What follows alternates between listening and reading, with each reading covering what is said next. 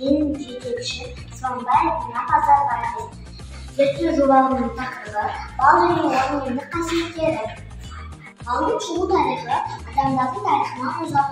Археологтардың зерттеуі бойынша бал ежелгі алғашқы адамдарға 56 миллион жыл пайда болған. Қарабайыр адамдар егін жинауға ие болғандықтан оларға бал шаруашылығы оңай болған. Ол заманғы адамдар қорықпай жабайы араларға барып бал алған. Бұны болжау қиын емес. Ай мөлшерде сулар, көмірсулар бар. Балдың құрамында глюкоза, сахароза, фруктоза деген секілді компоненттер бар. Балдың құрамында ауа көпіршіктері, шаң тозаң іздері қалып қоюы мүмкін. Балдың ылғалдылығы оның жиналған уақытына, жиналған климатына байланысты болады. Және де қанты бура судай болып келеді.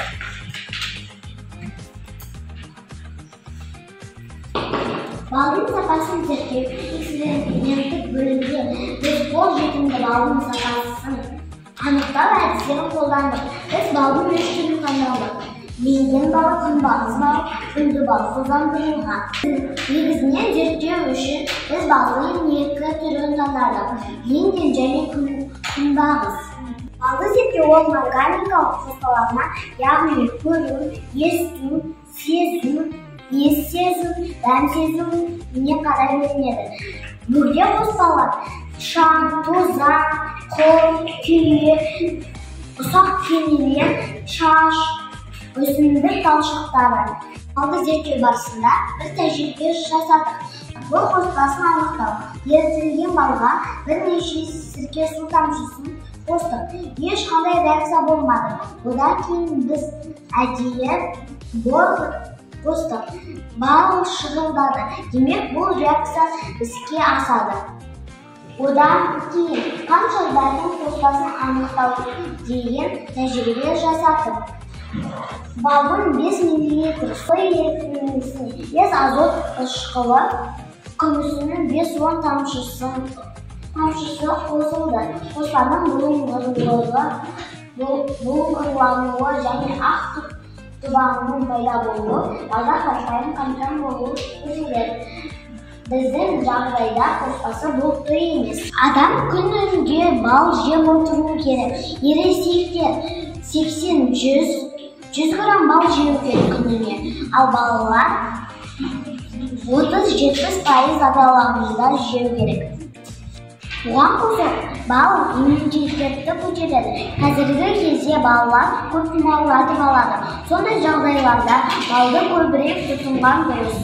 Осы зерттеуді қорытындылай отырып, біз балдың құрамын, сапасын анықтаудың химиялық білімнің практикалық маңыздылығына көз жеткіздік. Бұл бал жайлы ақпаратты сыныптастарымен тұрғындарға жеткізгім келеді.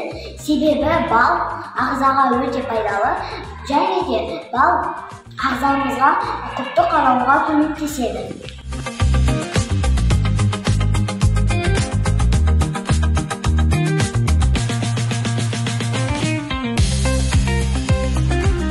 Зерттеу мақсатында табиғи балды және жасанды балды таңдап алдық. Қазір мен бұл балдарды мына суға араластырып көремін. Табиғи бал сарғыш және қою болып келеді. Міне, ешқандай тозаңдар көрінбейді. Демек, бұл табиғи бал. Табиғи балды көбірек жесеңіздер, денсаулықтарыңыз мықты болады. Енді жасанды бал сұйық және де қызылдау болып келеді. Жасанды бал жегеннен қарағанда табиғи балды жеген жақсырақ. Міне, жасанды балда тозаңдар пайда болып бастады. Демек, бұл сапалы бал емес.